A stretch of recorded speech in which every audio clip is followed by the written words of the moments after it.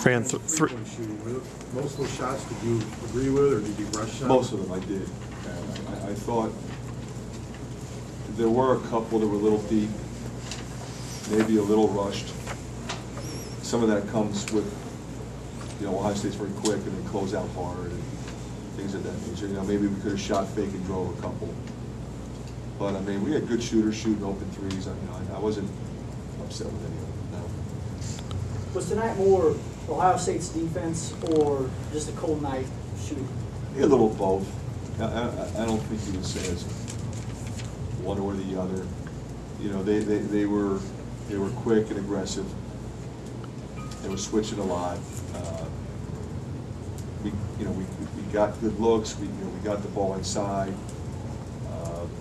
We got 15 offensive rebounds. So I think our effort was good there. Our execution on our set plays was good. Our execution in motion was not. We were looking for different combinations. We had a couple that worked, a couple that didn't. But I thought the guys fought hard. 45 points the second half. Yeah, I think that's. I think if you want to look at where we lose the game, we lost the game with defense in the second half. I wouldn't take a question about that. I think you're right. Because we were running pretty well. It's much easier to run on misses and get your confidence going and things of that nature. It was various people scoring. They were aggressive. Scott was aggressive. Smith was aggressive. Kraft was aggressive. Ross was aggressive. And they're all good players.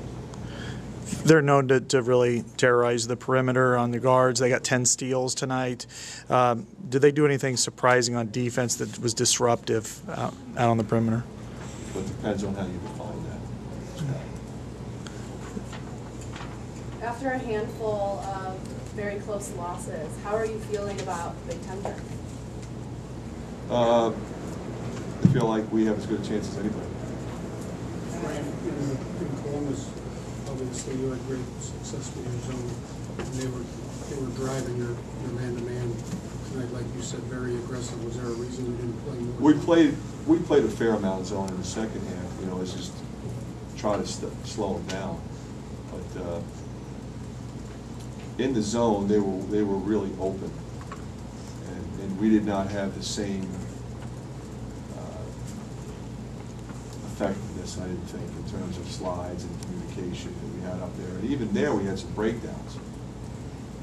But I also think up there, they were a little more tentative than they were tonight. They weren't tentative at all against the zone. They were attacking it. They had guys raising up and shooting. They were running set plays.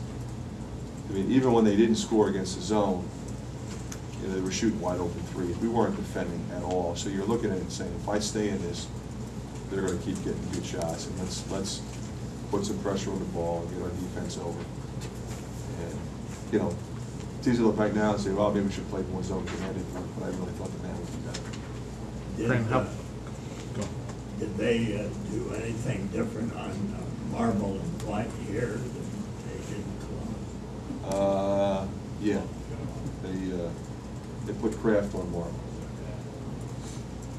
How big was the dunk with 2 seconds on the shot That was a clock? big play. We cut it to 4. I thought Woody could really disrupt the pass. We put him on the ball. And, we didn't want anything at the rim, obviously, but I think when you're in that situation, the guys they don't want to give up anything. And they started running picks, and, we thought they would run a back pick for Thompson and a back pick for Williams. And we chased it, so that was unfortunate. Lenzel Smith came out and had a really strong start to the second half. Anytime they win, he plays well. He's sort of the X factor guy. You look at the Illinois game, they won by 7. He hits 4 threes. I mean, he's a terrific player. He's been a terrific player. He was in a slump very similar to the one Marvel was in last year, and it affected their team. And now you can see he's playing with confidence because he's always going to defend. He's always going to play hard. I mean, he's a gamer. His 3 ball was off for a little bit. His numbers were way down. You look at overall versus in conference. But he's had a couple good games now. That could be a big difference for that team moving forward. Coach, there was a stretch in the first half where OSU had like 3-4 buckets and kind of give you guys a boost. He's in double digits again.